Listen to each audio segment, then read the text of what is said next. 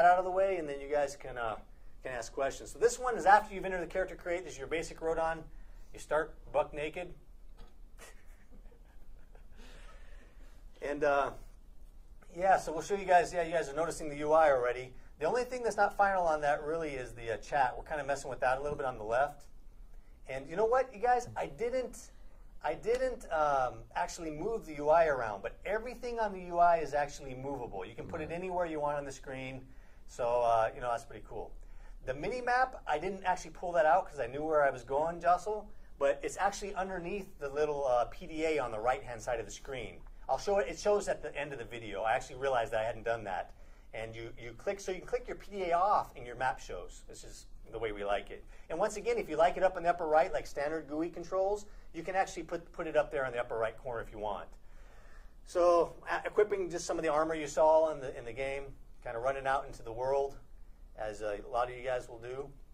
We have jetpacks, as you guys see, kind of fun thing to do. Yeah, and looking at some of the questions, one of the things you'll see is we want to give you a fair amount of inventory to start out with.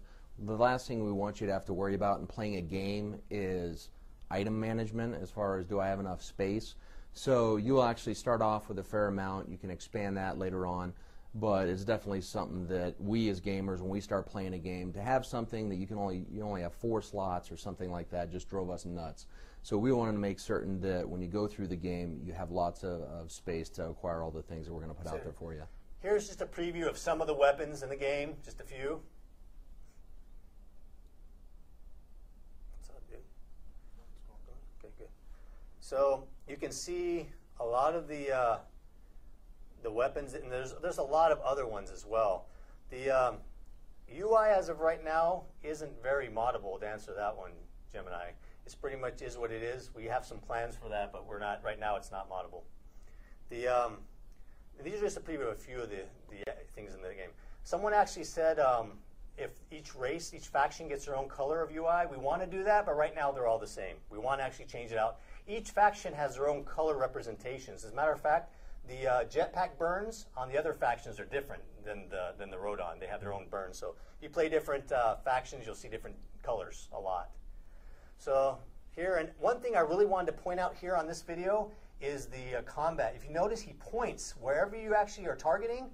We really like that the character actually targets and follows it. We have tracking targeting, and it really makes the combat really, really good. You know, how many times have you aimed in an MMO and it shoots totally crazy where it doesn't, where you're not even aiming? Well, ours actually shoots wherever you're aiming, and actually aims for you like that, the auto aim. So it's pretty cool. So there's a few things, kill a couple of the ambient creatures there and stuff like that. So different guns. Not really much of a match on these ambient creatures right now, you know. And one of the key things before we get to the next section is each time Warren was firing there, he was actually pressing the button and it was actually responding. So there was no auto attack there. It's something that he, as soon as he hits the button, it's firing the shot. Yep.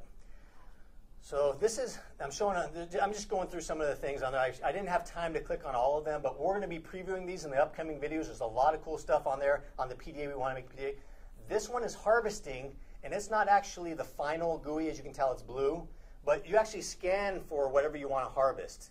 And so right there you see the actual minerals. It detected some, but they're red, so it's really far away from wherever the things are. So you have to go change your course of action, and actually there you have to scan again. I'm still red, so I'm still too far away. So here I'm keeping the same path since I detected something. And there now the actual things I detected are yellow, so I'm getting closer. So it's kind of like a warmer game. You have to, it's take you a few times. So here I hit it again. Must be going the right direction because I'm still in the yellow. And I go over here. So 4 or 5 scans, if you're savvy about it. I think some of you guys will probably be more savvy than me. Then they're green, so that means I'm right on top of it. I'm within range of harvesting. So I pick from my inventory my harvester. And here I throw it on the ground through inventory. I can deploy it, and it actually drills into the ground there. If you can watch the animation there. And so I've deployed my harvester there, and you can leave it there up to 24 hours. It will continue to harvest for you. Now, see, I have multiples of them in the inventory. And there I've closed my PDA, and you can see the map behind it. You have to actually go back and get your harvester. So after it's full, it won't harvest beyond 24 hours. You have to go back and pick it up. You have to retrieve it. So that's how you're going to be able to gather minerals in the game. There's all different types of harvesters and different things. So it's going to be cool the way you guys go out and find it. All the different lands and different worlds have a lot of different elements to find. We have over 50 of them in the game, and they're all distributed all over the place. There's different, we'll get into this more in the crafting section. I know a lot of you want that next week.